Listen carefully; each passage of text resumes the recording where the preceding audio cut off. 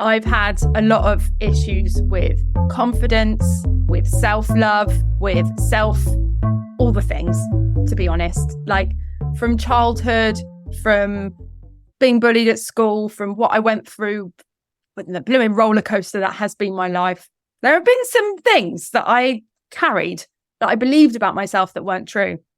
And poor Caroline, she's so frustrated, like, for God's sake, Cordelia, we've got to get this out of you because it's not true. I can't believe you're saying these things. They're not true. And she would want to validate me, but also she'd want to just give me a slap. And she finally managed to persuade me to take on this journaling method. And what persuaded me to take on this journaling method was seeing the change that was happening in Caroline. For all the stuff that was being shed and the change, the evolution of growth that was happening in such a short space of time, in the way that Caroline spoke about herself, in the way that she spoke about situations that would normally be very triggering, in the way that she spoke about her past. And I thought, yeah, do you know what? I'm at the point where I'll try anything. I'll give it a go. Now, what happened was that I had no idea what I was doing, but with Caroline's support, I was able to just get this journaling process started. And it's not, I think it needs a different name. I've journaled my whole life. I got into trouble for having a journal when I was a naughty teenager because it would have all my secrets in it. I stopped keeping a diary. And then I found the law of attraction. And then I just gaslighted myself on a daily basis, trying to turn every negative feeling positive without acknowledging how I was actually feeling. And it never really made a difference.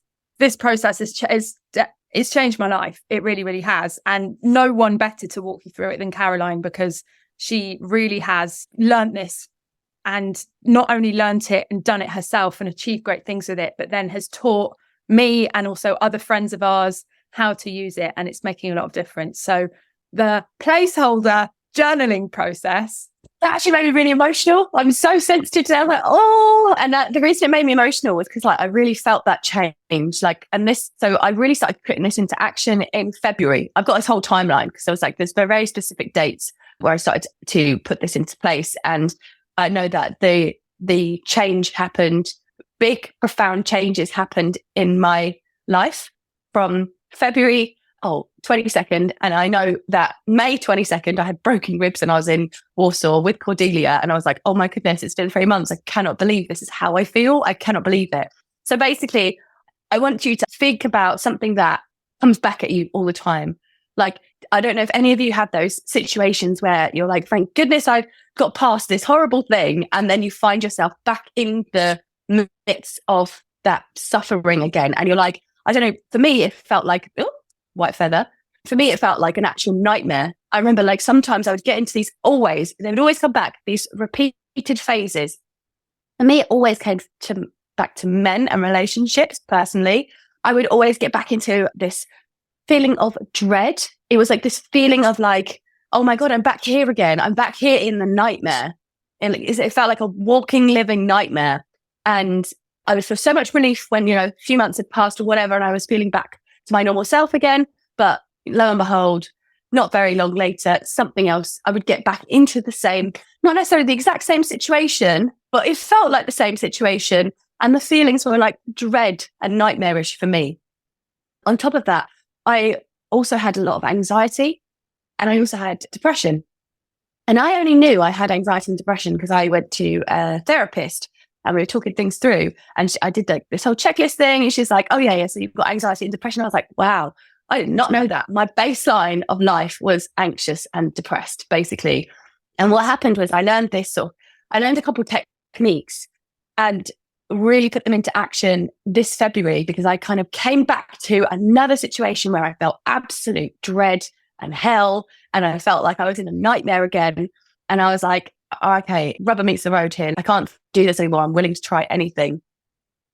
And so I started practicing all these different tools that I'd sort of learned throughout this sort of therapeutic journey that I'd kind of picked a load of things up on. And I condensed them into one. And also, so there's this one practice I do every time. So that's something to take into consideration. I'm going to give you a practice that has shown me and also my immediate circle of friends, Cordelia included, and one of my friends, Dan, he said to me, he stopped having panic attacks in a very short space of time. And he's got his smartwatch that monitors everything. So he stopped having panic attacks. So it's this one process, but the importance of this is that you do it every time you've got pain and you go deep. Okay. I was explaining this process to my daughter, and this is how I came to this analogy. When you've got pain come up, like another way of describing that is that you're triggered by something. And it can be like the smallest thing. It can be something someone said to you, or it could just be anything, right? So when we get triggered, it's an indication that there is something that needs clearing. And this journaling method clears it. Now, it's a bit like you've got thorns under your skin, and they're there all the time. Like Caroline said, anxiety and depression baseline, you just live with them. You're used to them. They don't bother you most of the time. Okay. But when you get triggered, it's as if someone's just brushed that thorn that's under your skin, and it's like, ow. And then you feel the physiological response that comes with it. The anxiety, the dread, the feelings of anger, the really negative, horrible feelings that can sometimes keep you stuck in bed, can sometimes make you just really struggle to get through the day. Now, that when that comes up is a great opportunity, because it means that it's basically shown itself to you. That trigger has shown itself to you, and you can then get to a stage where you can pluck it out, right? And this is what this journaling process does. It's like when Caroline says you've got to do it every time you feel the pain, it's like every time one of those thorns show themselves to you, it's an opportunity to get it out. Because if you don't, what will happen is you'll just live with it again, and it will just go away and you don't feel the pain anymore. But another circumstance, another situation will come along that will brush against that same thorn again. And it'll be like, ow, and you'll relive it and you'll feel all the pain over again. So we've got to get those thorns out, right? And when you can get those thorns out and you get them all out, or at least you get the big ones out, it just changes your entire perspective. It changes how you respond to situations. It changes how you deal with things and approach things. Like, it's completely a massive game changer. Yes, I agree with that. This is a one size fits all, quite frankly. It really does. It is a one size fits all. However, it's not a one-time process. It's a continuous journey. Now, one thing to take into account is that I feel like there's a red pill and a blue pill, right? Once you take the red pill, I think that's the right one. There's no going back anyway. You've realized, like, because you get such intense relief and such a profound shift with immediate effect, that the next time a thorn comes up, or next time you get that, you're like, oh God, I have to deal with this now. I have to deal with this. And it can become quite relenting, because I think what happens is once you deal with one and you deal with two and you deal with three, I think your psyche or your soul is like, right, let's push them all to the surface. And then you just kind of live in a world of pain for a small amount of time. So it's quite a grueling process, but it's also beautiful at the same time. But you'd be amazed how much crap you're dragging around with you. And once you start doing this, it will rise to the surface. It's going to come out. And so I've got my baseline to content and happy. I don't have anxiety and depression anymore.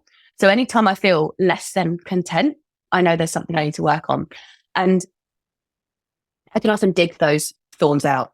So, okay, let's get into the practice of it. So firstly, you kind of need that mindset of like, okay, this is a one size fits all, but it's not a one-time process if you want to have the real profound changes, but you will have profound changes if you do a lot of them at once. So I learned a process in CBT. So I've kind of ripped off a lot of different things. I'm going to give credit to where credit's due.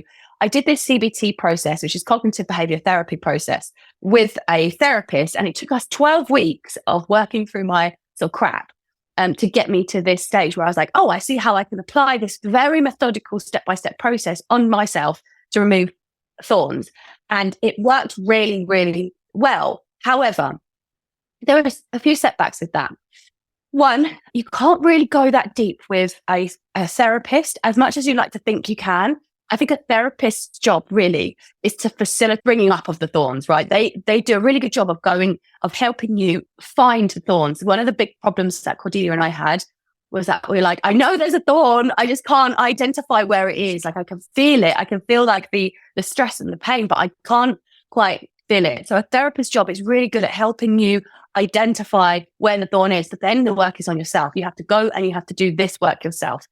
So the first step is really about identification and classification as well, like classifying what it is. So when I went through the process with my therapist, it took us 12 weeks to classify one thorn.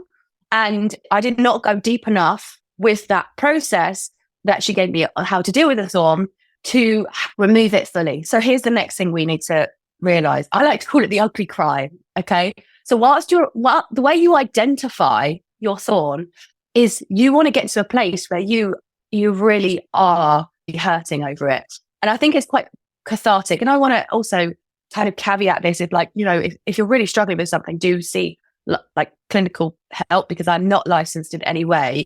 This is all anecdotal and this is what I went through. And it is a bit crazy as well. So I just want to sort of put a little bit of a stamp on that and say, you know, approach with caution. But the profound change comes from when you find the root cause of the thorn, like once you get right into it.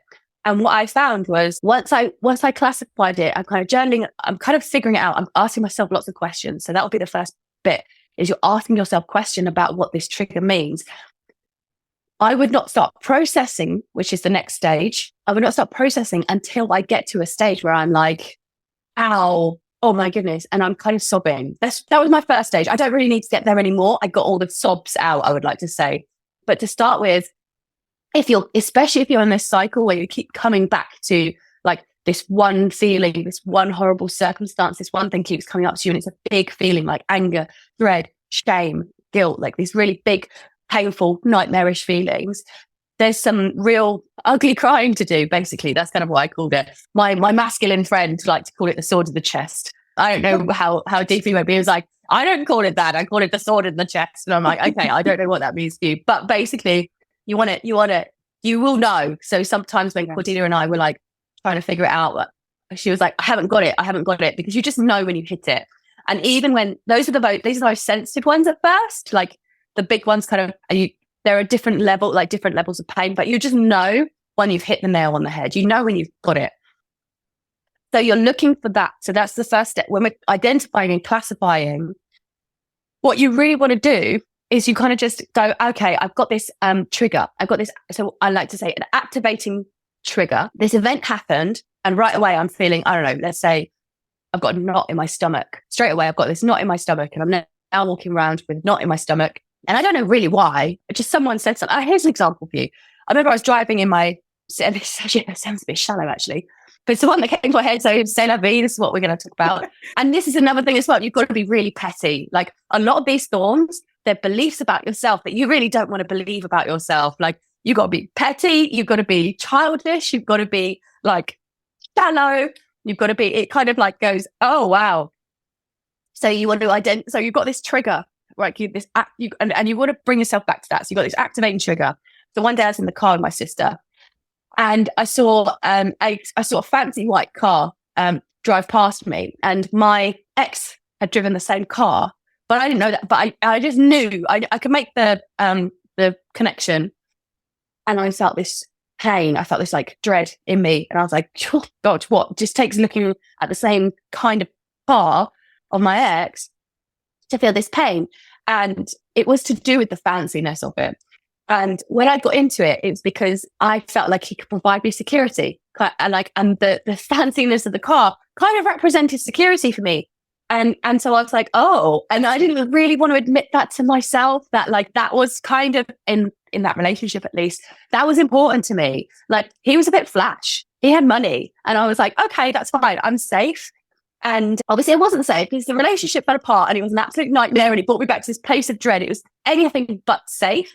But my previous sort of programming, I hate this sort of lingo, but my previous stuff had made me see value in superficial financial sort of success. Not financial success, but the superficial things was something that made me feel safe. And that isn't something that is actually safe in a relationship. So that's just one example, and I'd kind of already gone through a lot of these triggers to kind of know, because that was a less severe one, but that's an example of what you do. You're going through life and something has an impact on you. You go, oh God, okay. And it's anxiety, it's dread, it's fear, it's shame, it's guilt, it's like anger. Something big happens. Something disproportionate. It's like you have a disproportionate feeling or response to the actual thing that happened. Yeah. And also something that's really interesting is like soon very disproportionate things will be much smaller to you, but we'll start with the big things to start with. So you've got this response. You let your responses guide the way, and your emotional and physiological responses will guide the way. And so you're then identifying, classifying what that activating trigger. So we call it ABC, which is part of the CBT process, but I don't use the rest of the process so much after that. But I should do another follow-up because it is useful to know that. The activating event, the belief, and the causation. So the activating trigger. So what happened? Oh, I saw a car that looks like my ex's car. The belief, I'm never going to be secure, which is like weird, right? Like how do those two things coincide? But they did. And the causation is, I don't know, I'm going to die poor, something like that. Or like that's kind of like, you just want to get down, you just want to get into the surface meaning, because it takes a bit more digging into from there. So you got the ABC, activated event, belief, causation. What does that mean about your life? How do you go from A to B? Like, how do you get the belief from A? Are you going through the story? That's a good question. So this bit is all quite intuitive, and this is why the accountability helps, and also practice as well. It is quite hard because you do kind of have to trust yourself. But like I said, what you're looking for is that real sharp pain. You're looking for something that really, really impacts you. Like when you find the belief and the causation, it really impacts you. But to start with, I would say this ABC is just to sort of like navigate the way. Like it's supposed to go, oh, this is in the realm. So this is what when I worked with my therapist, we did like an ABC, but it didn't quite get into my beliefs about myself. It kind of gave me like, okay, so this is the direction I'm going in, which is useful because you will end up at first going in multiple directions, right? Because it's kind of a bit like a matrix. When you pluck one out, you've still got so many more, and they are quite similar to each other sometimes. So if you've got, let's say, if there's a belief in you that so I had two beliefs at one point: I'm bad and I am broken. And they were caused by different things, but they were very, very closely related. So sometimes when I was journaling it through, I would kind of be journaling on both of them, and you need to really find the one thread because you need to follow it through to that ugly cry, as I said. You start with the activating trigger. That's how you kind of organize the thread that you're going to go down, because these threads are live and they're poking out at you all the time. So you basically, the way you kind of identify which one you're going to deal with at this time is the one that's brushed you. And that is, right, okay, so when I moved here, when I did this thing, this happened. So I know there's a live wire here. Okay, there's loads of them all over the place, and I will deal with them. But this is that one live wire caused by this event. And then you go, what upset me about this? Well, it made me think of the fact that I'm never going to be secure. Okay, so now I know there's an element of like security that I've got to really understand about myself. There's a belief to be had. So I like to think of these things there as like leaves on the tree, right? So you've got all these like, I'm not going to be secure, or I'm going to die poor. These, they'll all kind of be similar, these leaves, right? The belief will come down to something that's much more global and holistic. That means I am a bad person, or I am unsafe, or I'm not lovable. They'll be very simple, very, very minimal words. That's the beliefs, that's the root of the tree. And these leaves kind of come up. So it's no good cutting the leaves off because they just grow back. Mm-hmm. You've got to get into the root of it. And these activating triggers, they enable you to see the leaves, but you've really got to follow the leaves through the twigs, through the branch, through the trunk, through the roots to get to it. So it's this process of real excavation and real like delving in. So that's kind of that's an idea of the beginning process.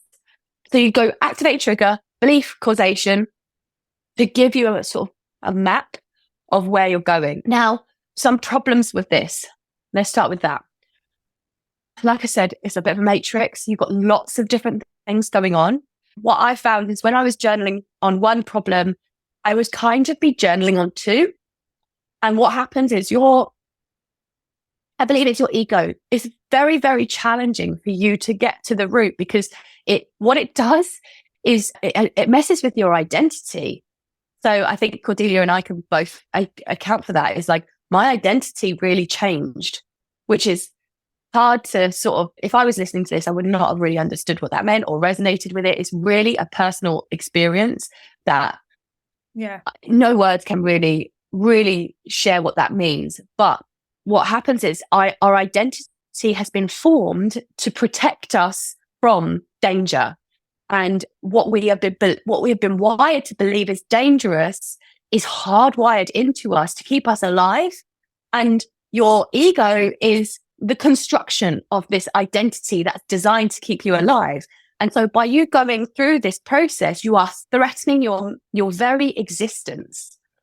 And that's why it starts to get very uncomfortable. You go deeper, you start to get uncomfortable. You start distracting yourself. You start jumping on other trains, you get bored. It's quite hard to sort of go, okay, let's keep going with this. But I will say, you do get the payoff. Every level deeper, you get this payoff. So it does become cathartic and therapeutic in itself, just going through the process. One way of kind of explaining that identity thing is that like the trigger, the pain that you feel, that is to do with the fact that there's something inside of you that you believe about yourself that isn't true. Yes. When you get triggered, it's because you found another piece of evidence that the thing that you believe about yourself that isn't true is actually true. So to take those thorns out, you've actually got to remove the things or change who you are, because you're removing what you believe about yourself, which does actually mean that you're changing your identity because you're rewiring the beliefs that you have about yourself. And a lot of these are subconscious. You know, we don't actively walk around going, I'm not lovable. I'm a bad person. You know, they're subconscious things, but they're driving your life. Yeah. So that's what you want to, basically you're searching for that. However, you've got to find one at a time. And so that's the big challenge in the first stage of identifying and getting to what I like to call the ugly cry. And I will say, it's going to be hard for you to share this with anyone. I remember, but before I actually taught Cordelia this process, I was like, I've got this thing, but it's not, I've got a little stream, a little tear, but it's not, and she's like, whoa, okay, Caroline, I don't know if this is healthy for you. I called it the ugly cry. And eventually she was like, yeah, I get it. I get it. And then it wasn't too long before I put you on the phone to me. She's like, trigger me. What is the problem? I know there's something going on. Just trigger me. I can't find it. So that's the biggest challenge at this stage, is finding that ugly cry. So that's your first step. And so I would say, you know, if you've got a friend who is kind of open to this stuff, or that you have, I think for Cordelia and me, it was ideal because we were always talking to each other about our similar issues, and we were always together struggling. And we've got some crazy stories about how we were both in the depths of hell together. We were trying anything to not feel this way. And we'd read somewhere that yellow food makes you happy. So we were sitting there just eating pineapple and melon and mango. I'm so happy. It was worse than that, because we also read that we've got to eat yellow food and we've got to match it with yellow music. And so we were trying to find yellow music and eat yellow food. Wild. Yeah, we were just... Yeah, so I kind of knew Cordelia was on board for, you know, kooky practices, right? Just so you know, the yellow stuff did not help. And I'm sure there's something in it, but it did not help. It didn't help.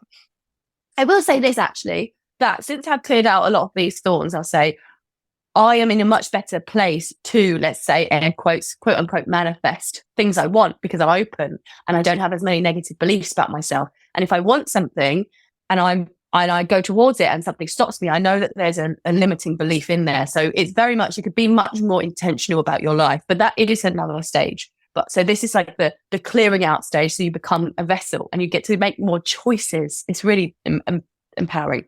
So anyway, I recommend finding a friend if you can. However, I did this predominantly on my own.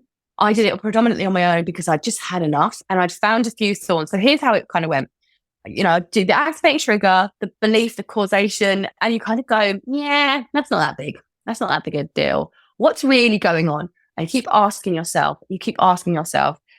And the reason you write stuff down is I think that there's the disconnect that happens. If you're like just thinking it through, it's hard to get a handle on the direction of your thoughts. They aren't really yours. You don't really get much direction on them. So if you write them down, you've got this clear, hard evidence in front of you. So you can use it sort of like reference. Like you write down what I found. I would write down, I'd go through this whole thing. I'd go, oh yeah, that's kind of in the realm. That's in the realm that I'm dealing with. And then you carry on and you go, actually, I'm kind of back to feeling okay again. So now what was the thing that upset me before? And you've got that written down. You go, oh yeah, that was the thing. Let's carry on with that thread. So writing it down kind of enables you to, like, especially as you're starting, to go through the thread and like start to, you're kind of testing, it's a lot of testing, like, is this it? Is this it? Is this it? No, none of these are it, but there was this one hurt. Oh yeah, that one hurts a little bit. Whatever statement I said there. Why do I not like this? Oh, because it means this. Oh yeah, I'm starting to feel that now. Starting to feel that. And you have to start to trust yourself and go, okay, and let's see where this takes me. And you want to get to at least like heartache. Like I found, like I was searching for heartache. So anyway, interestingly enough, I watched this YouTube content creator who is a neuroscientist and ophthalmologist at Stanford University. His name's Andrew Huberman. So good. I love him. He does amazing stuff in terms of breaking down science to use for practical daily use. I'm pretty sure that's his intro, actually. So he talks about this because I remember when I was going through this process, I was like, I wanted to watch it. I want to say, what, does no one else know about this? And he talked about this and he was like, there are 2 steps to releasing and removing trauma. Expressing. You've got to express the pain of that trauma. It needs expression. So that's the real first step, but it takes a while to find that trauma. The first step is really expressing how that feels. But it's not enough to just express it. You have to then neutralize it. So what happens is, like, you express the pain of this trauma, but the trauma is based on a negative belief that you hold about yourself, which is why it's causing you pain. And it's why you're dragging it around with you. But what you have to do then is you kind of put it through a processing machine, I kind of like to say, which is where you hold it up against the light of day and you verify its validity. Is this real? Is this true? What does this mean in this practical sense? And so when I was doing CBT, you'd write down the unhealthy negative belief, and then you would change it to healthy, what would it be? Healthy positive belief, right? And that's not by saying, okay, so I'm a bad person, and you'll have this you should have a story. I wish I could think of an example. You'll have this story like, when this happens, I act like this, which means that I hurt people and I can't do anything about it. So I'm powerless to change and I'm always going to be this way and my life is going to be miserable. You can kind of eventually create this like narrative with like causation, event, meaning, significance, result, and then ongoing consequences. But if you say, oh, actually, let's look at this in the cold light of day. Sometimes this happens, right? Let's just be neutral about this. This doesn't happen all the time. I don't always react this way. I actually only reacted this way because of this thing here. Most of the time, I act completely differently, actually, and positively pleasant to be around 90% of the time. So I'm not terrible in every single way. It's just, I can be a bit of a dick sometimes. But who can't? Everyone's a bit of an idiot, right? Like, you kind of start to say, well, let's give myself some grace here. Like, this isn't actually that big a deal. It just happens sometimes. So that's neutralizing the negative thorn. So the first step is identifying it and expressing it. You have to fully express it, which is why I call it the ugly cry. The next step is to process it. And what Andrew Huberman said with the second step is to neutralize the belief that underlines it. Now, what happens when you neutralize it is that because you've gone to the depth of where that trauma is, when you neutralize it, when you go about your normal life, it no longer affects you. So what will happen is you'll go through life and like you'll see that car driving past you. And what you'll do, you go, oh, that would have triggered me before, because you'll be very familiar, right? You'll be amazed at how you know what your triggers are and you've been avoiding them because they hurt. So you'll be going through your life and unavoidably you'll encounter something that usually triggers you and you'll know it and you'll be like, oh, I feel fine. You've basically neutralize the threat on your existence that this thorn posed. That's basically what you're doing. Now, here, this is all conceptual, saying, oh, we got to neutralize it. Like, what does that mean practically? So initially I was using what was called the beast in the sea method, which is a lot of steps. And I recommend if anyone's interested in doing that, it's a lot longer, but I also didn't find it as effective as the second process I'm going to go through. But it's from rational emotive behavior therapy, which is a form of CBT. And it's called the beast in the sea. And you've got this anagram, which is BEAST, which is in the sea. So the C, it represents the letter C, which is the consequences. In consequences, you've got beast, which is behavior, emotion, action, tendency, symptoms, thoughts. So you list out your negative, unhealthy belief in an activating event, belief, causation. You then assess how that makes you behave, the BEAST. And what you do is then you'll say, okay, so what if instead I believed this about the event instead? So I won't go fully into detail with that here, but I just wanted you to, if you're interested in that particular process, which I think is effective, but I don't think it's as profound or fast, interestingly enough. It's a bit slower. It really tedious, like, because it would take ages and I'd get through, like, it would take so long to go through, okay, what are the symptoms, what are the thoughts, what are the, like, and then you neutralize it and then you do a positive and you do the beast in the sea for each, the unhelpful belief, the neutralized belief and the empowering belief, that it just took so long that by the time I was like getting really like bored. And I found I really struggled with it for that reason, that version of it. Yes. However, I will say it was effective. It really did help. Yeah, it was effective. However, we've got this next process, which I personally found quicker and also, what was the word you used for it? It wasn't revolutionary. It was radical. It gives you this sort of like radical, like, oh, wow, quite fast. And I'll give you an example of that. Actually, I used this last night on myself. So regardless of what you've got to know, you've got to find the thorn. You've got to express the full depth of that pain. You've got to neutralize it. And also you've got to spit it into a positive light, but not gaslighting yourself or, chewing on yellow fruit saying, yeah, it feels great. It's not like that. It's much more like, okay, realistically, there is a lot of positive to behold in this. So this next process, now I've also ripped off from someone else and I'll give full credit to it, helps you get to that stage much faster. Nada's just dropped in the chat, by the way, that chocolate helps.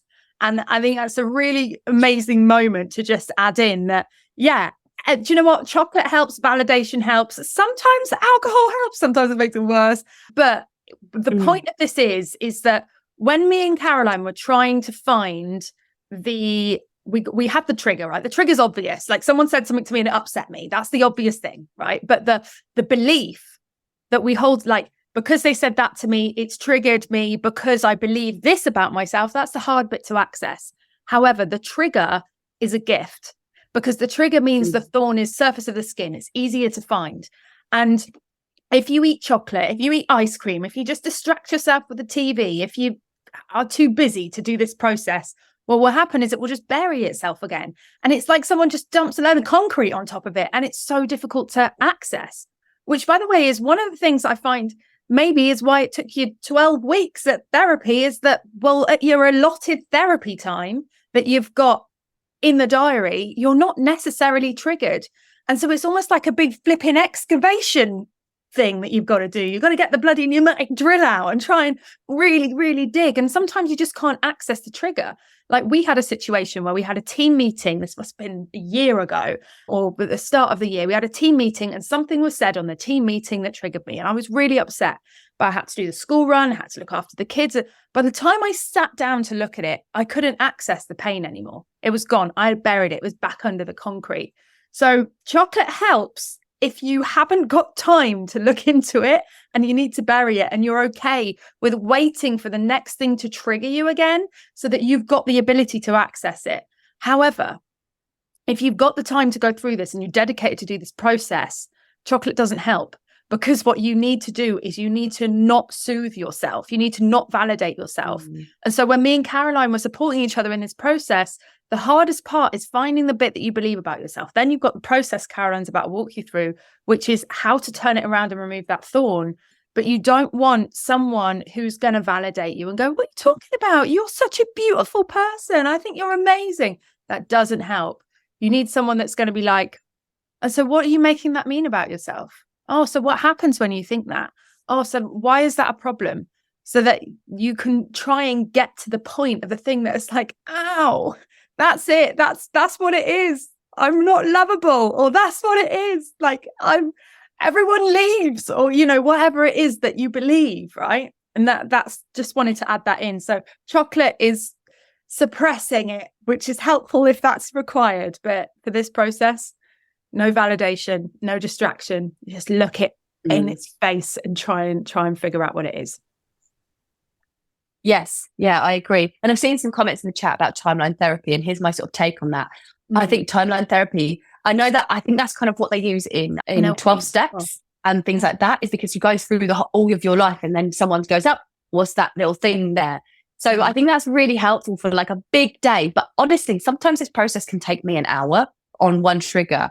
So what I think is like, yes, I imagine timeline therapy, I've never done it personally, but from what I understand, it's about going through your life and finding those little triggers and then dealing with them sort of like retrospectively, which if it's the same process that I'm sort of talking about now in terms of dealing with that trigger, I imagine that it's very effective and also really good at just dealing with it all in one. But realistically, you cannot do timeline therapy on yourself all the time. You can't navigate through all your life events. That is a real like one time every now and then thing, because it's going to be a long process. I'm also not sure, because I go into such depth on one trigger, I think I'm exhausted after one. Quite honestly, I'm like, sometimes it helped me sleep. I can't do it. Sometimes I can't even get through the whole process. Like, for instance, last night I was doing this applied to my own. I felt really sorry for myself because I've got like sinusitis and my chest is wheezy and I just feel like crap.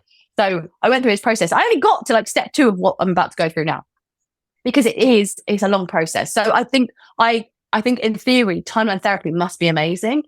I wonder about the depth that you can go in just one long session. Maybe it's over a period of however, but also again, if it's facilitated by someone else, I don't feel like you can go deep enough, because you are really looking your shame in the face. Like, there was things I would never have been able to admit as much stuff to anyone else as I admitted to myself in those pages, because it's safe. So I don't know. However, I do know, according to Andrew Huberman, you have to express the pain. You have to process it. That's about essentially it. You have to do those things in order to recover. What I found was very useful was going through my daily life and finding out, oh, here's a trigger. Well, okay, go deal with that. Again, one of the setbacks to that, as Cordelia said, I don't have children. I basically spent 2 weeks in my bed, like going through this whole thing. Like every evening, I'd kind of go about my life during the day. I'd come back going, well, this was the thing that triggered me. And I would spend ages journaling on it. And as you go through it, they're more nuanced and subtle, and they're hiding from you. They can be really like slippery. So it's hard to dedicate that sort of time to it. So I guess timeline therapy would have the edge in that sense, because you've already allotted that time. However, after that, you do need a tool that's going to enable you to process every day. And another thing on what Cordelia said, in terms of like, once you've got the trigger, what you can do later on, if you don't have time to process it then, is go back to that trigger. That's what the activating event is. It's not going to be it's going to take you a little bit more time to like dig it up. I found it helps to get into it, but it's not as powerful as when you're actually activated and that trigger is inflamed, I'd say. Yeah, it's true. It's so easy to access at that point. Also, just to add to what you said a minute ago about look, we've got therapists who are chatting in there, dropping in the chat about what they do with their clients here. I love it. I think there's a lot of people that need that support to go through processes, and I think it's such an amazing world that we live in, that we've got access to so many talented people that are able to guide people through processes to help them heal themselves. What we're saying in terms of being able to go deep enough, it's drilled into us that if we cry in front of someone, we reach for a tissue or we try and calm ourselves down. When you do this process on your own, the ugly cry, right? There's no one watching.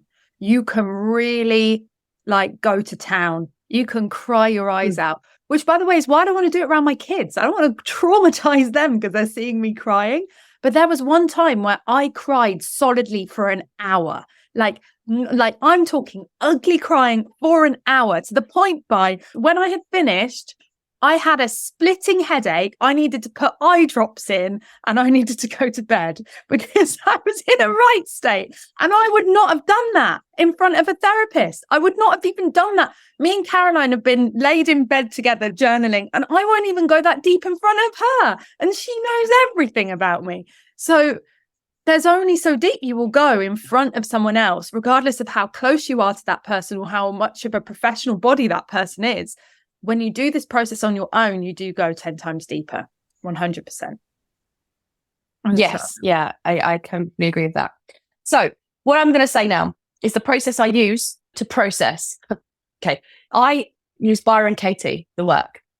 Now there's a few. So Byron Katie, if anyone doesn't know, it's just the work, which is 6 statements about yourself, right? And she's got all this work stuff on her website. Maybe we could provide that. But what I do is, which is slightly different to Byron Katie, is I get myself to the ugly cry, or I get myself to that really painful bit before I'm asking myself these statements. That's the one thing that I think Byron Katie does an amazing job with this, the work, with these statements and with the turnarounds and with the questions.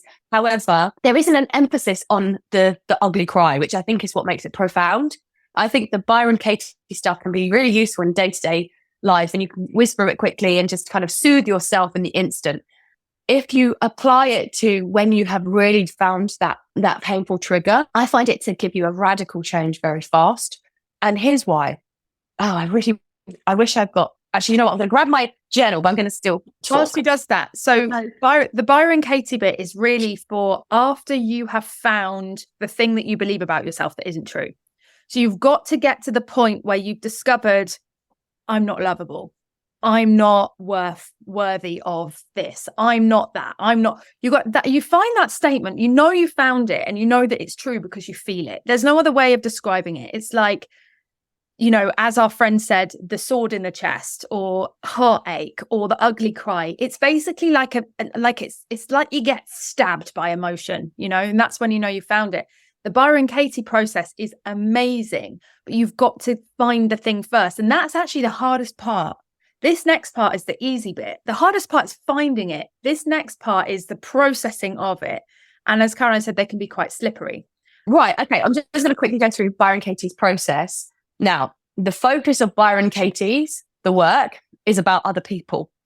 And what I found was that if I turn my trigger and put it against someone else, it was actually very powerful to do that. I found, as she always says, do not do this on yourself. Don't use yourself as the subject. And I actually agree. Even when I found my deep belief, I then projected it onto someone else. And I found that to be really, really powerful. I don't know why. I think, again, it's that protection mechanism from your ego, that pettiness. You enable yourself to protect your identity when processing this emotion. So I would then put it on someone else. So let's say I'm unlovable. It'd be like, this person should love me for who I am, right? That's I'm upset with so-and-so because they don't love me, as an example. It really helps to identify with someone else and to put someone else in that. And that I used my ex-boyfriend as a symbol for all my trauma, basically. And you'd think that thinking about him would be traumatic for me, but it's completely the opposite, actually. I don't give a crap. Like, it actually completely neutralized everything. I don't care. But he was a symbol for all of every thorn that came up. I kind of projected it onto him. And I found that as a really good way to process. So I would recommend that. However, I feel like I did all that. I don't have any relationship thorns anymore, really. Maybe some come up occasionally. But yesterday I did it on my body, right? I separated myself. So I'm upset with my body for being so weak and susceptible to illness. That was my thing yesterday. And then what's amazing is that you kind of flip it round. So you ask yourself, is this true? Have you got it? Oh yeah. Who angers, confused, hurts, or saddens you? Yeah. So I am at blank with blank because blank.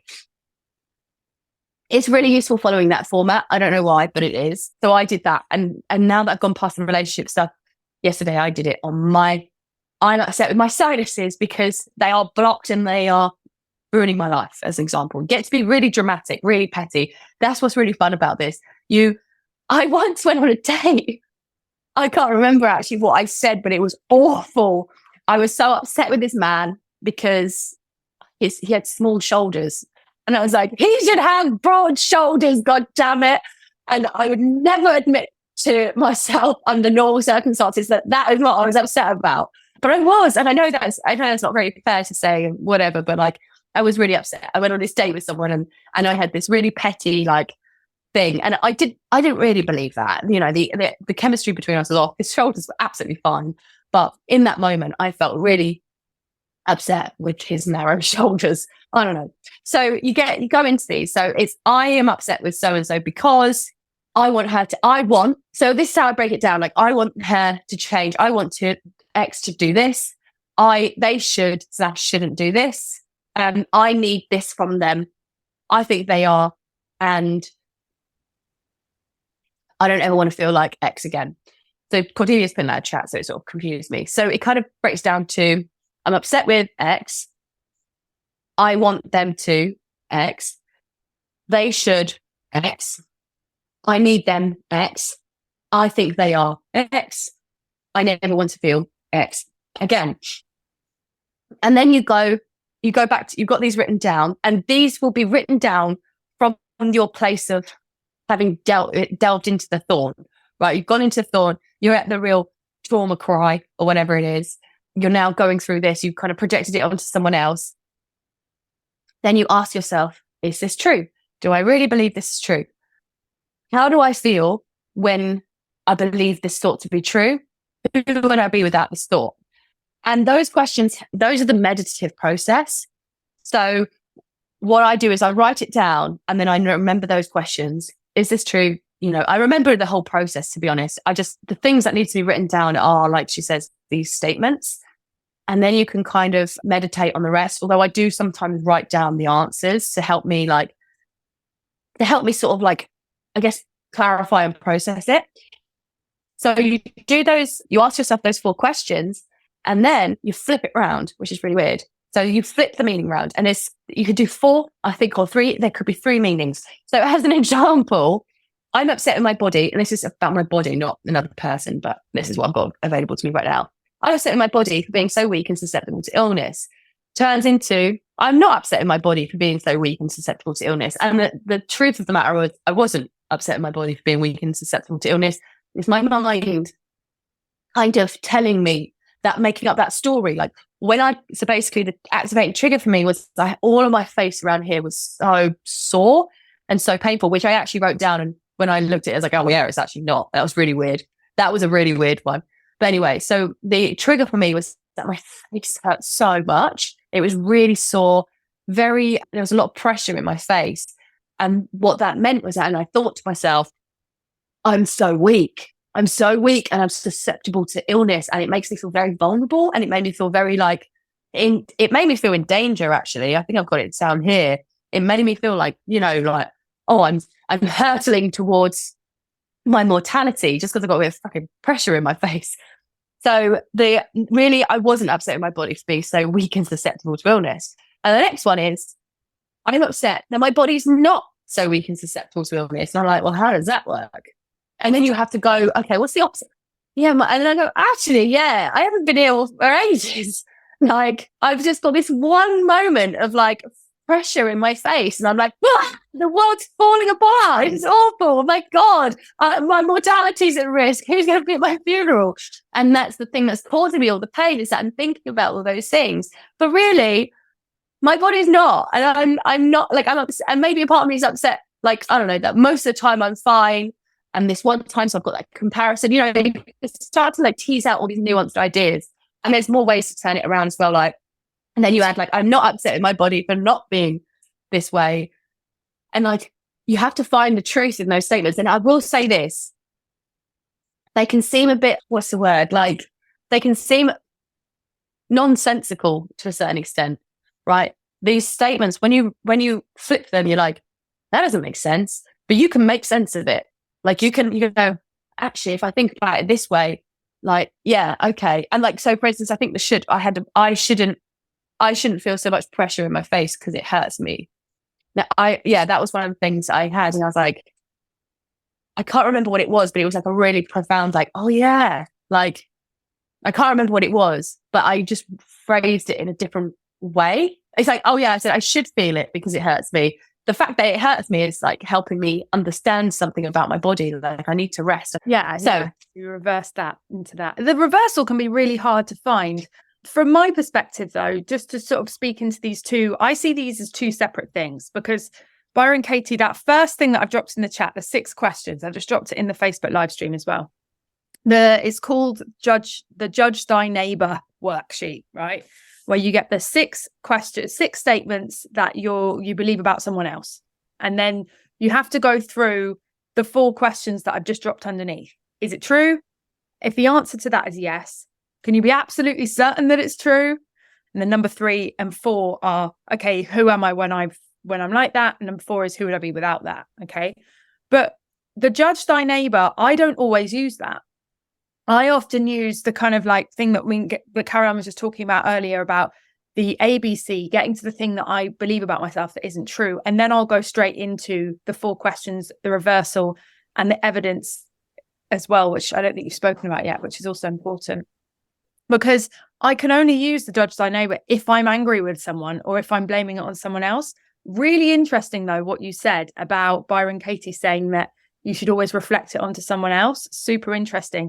But I find that impossible when I'm in a place of self-pity, you know? Yeah, well, I do that, to be honest. So for me, I found that if I can reflect it, regardless of what I'm feeling, if it's self-pity, I can make it about someone else. And it's usually more profound, really weird. I think that it personally, and this is another part of it, is that you'll find your own way. This is my way, which I've compiled of CBT and from Byron Katie, but that was just my whole compilation of different things. But some people might find different things work for them or have a different way of adopting the process. I found that the reason that the Byron Katie thing was so profound to me was because even if I was feeling self-pity, I could make it about how someone doesn't love me, or someone isn't there for me, or someone isn't meeting my needs, which would kind of help me go, okay, yeah, I think I'm a social creature. I think I'm really driven by how people feel about me and how people treat me. And I kind of feel like every time I made it about someone else, it made it that little bit more profound and that little bit deeper. So I found it was better. And I wonder, to be fair, it's very unusual for me to go through this process on anything but another person. So to make it about my body, I didn't feel that it was very deep. I didn't feel that it was super profound. It was kind of a bit like taking a bit of paracetamol. It really did soothe me, but it definitely didn't get into the thorns. So I do wonder if I went into something like someone should make me better. Actually, I will say I read Byron Katie's book. And once you've gone through the other person thing, you can start putting it on God as well. And I don't know, people might not believe God or whatever, but I do find that if you make it about the world, it's about a global, you've got to find this global belief, right? It's very like, it encompasses everything. That's what makes it so powerful, is because you believe that to be about you or the world around you, which means it's everything. If you can't change something about yourself, which is causing you pain, then that's horrible. That means you're never going to be able to experience joy, as an example. And if it's about the world being a cruel place or dangerous or unyielding to your demands, which it is, and is quite painful, that is, again, it's all encompassing. So it's really, the belief has to be about, I don't know, this global thing, but I don't know how that's tried to, I always put it on someone else, but I could potentially go, well, God should make my body stronger. Now, placeholder God, enter whatever creates your existence or whatever. But that, I think, is a really useful tool to be angry with something outside of yourself for causing you the pain. That's really interesting. I'm going to try that. I'm going to see if that works for me. I found it took me a little while to settle into this process. I wasn't going deep enough at first. And there was actually a tipping point for me as well. It wasn't that long ago. It was a few months ago when I had this, it was like, now, like, I really felt the benefits of it. Like, I really felt that there was a massive shift. And the shift was that the reversal of one of those things was actual, genuine self-love. And I'm sorry if anyone's vomiting. I don't care. It was profound. I was on the sofa. It was the one where I'd been crying for an hour solidly. And the reversal was pure self-love. And I actually felt that towards myself for the first time. And it was just such a strong feeling. And I remember I even cuddled myself. Like, what on earth? I've never done that before. And I'm sat on the sofa and I was like, wow, I really feel like I've turned a corner with this. Like, I feel like it's actually doing something. And it's a bit like you don't see the grass growing, or you don't notice your kids growing. You are in your body, and you are in your body all day, every day. So you're not necessarily going to see the shifts happen for yourself. However, there will be times when something happens and you go, well, this is going to trigger me, because it always does. And then the trigger doesn't happen. Or you respond to something completely differently. Or your friends turn around to you and be like, who are you? Like, what's going on? You would normally freak out about this kind of thing. And it's then when you realize, wow, yeah, things are shifting. Like, I'm handling these situations completely differently. I'm able to have more difficult conversations. I'm able to communicate better. I don't burst into tears as much as I used to. I'm not as anxious as I was. And you think back to those sort of like landmarks in your history, to how you would have responded in previous situations in comparison to how you're responding now.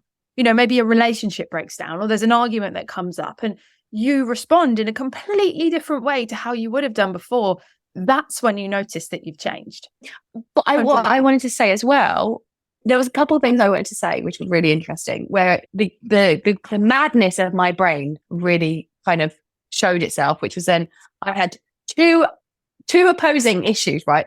As I said, I kind of made my ex, couldn't really call him an ex. It was a completely ridiculous situation, but it's easy to call him my ex. I had this moment where I was journaling, and I couldn't leave this relationship for a couple reasons, because I was really worried that he would feel like I didn't care about him. So I just felt like I kept having to put up with what I didn't want to put up with, basically. But I felt so worried about like hurting him. On the other side of that, I felt completely uncared for. So there was this thing where I was like, oh my God, he doesn't care about me, which gave me simultaneous relief and heartache, because I was like, I'm glad he doesn't care about me, because now I can leave. I'm like, but I can't leave. I can't leave him because he cares about me too much. It was this really weird thing where two interlocking beliefs were messing with me, because I was like, I simultaneously believed he did not care about me and that he cared about me too much. And I was like, well, actually, he doesn't. He cares about me in the way that's not right for me. That's how I kind of managed to get it all around. But it was crazy, because I had these two opposing beliefs which were tearing me from one to the other. So I had to go through them separately, interestingly enough, because they kept pinging across to each other. But that was a wild moment for me, where I was like, how can I believe two opposite things? So that was one thing that I came across. And you might find that yourself as well. Like, you might have two beliefs that are completely opposite in nature, which are causing you to kind of ping pong. That's one of the things I found. And that was when I found that was pretty early in my journey. I was like, wow, it kind of gives you that realization, like, wow, my head is full of rubbish. Like, those two can physically not both be real. It was very helpful to be able to see, like, that wiring is completely faulty. And it made a lot of sense why I was very like hot and cold. Another thing that I had, I remember one day, this was quite late on in my journaling journey, had another trigger come up, and I was so you're frustrated after a while. You're like, God, haven't I done enough of this now? It's been so long. I've been doing this for bloody ages. It just keeps coming. And I remember I had this thing where I was like, he has just been put on this planet to torment me. That was my statement. I was like, his whole existence is to torment me. I swear there is no other purpose for this man. And then I went through the process, and the turnaround was actually that he was a gift from God here to bring me my salvation, which I know sounds dramatic and, you know, again, placeholder God. But I came to understand and go, he was the perfect sort of person for me, because we were so wrong for each other in every single way that he brought every single one of my thorns to the surface. And so when I looked at it from that perspective, I was like, oh no, yeah, he's my salvation. So yeah, there was that amazing sort of like turnaround as well, which was, again, these are the profound sort of shifts that you can have. If you're watching, you know who you are. Yeah, he knows who he is. He knows who he is. Oh, Caroline, yeah. I just want to throw some appreciation at you, because I know how poorly you've been. I mean, she's been so poorly, I can't even begin to explain. She's been really sick. And you are just amazing. Biggest thing that I want you to take away from this is see every single trigger as an opportunity to pluck out a thorn and use the process to get it out. And once you've got them out, once you've got those big ones out, you're going to be a different person in a good way, in a very, very good way.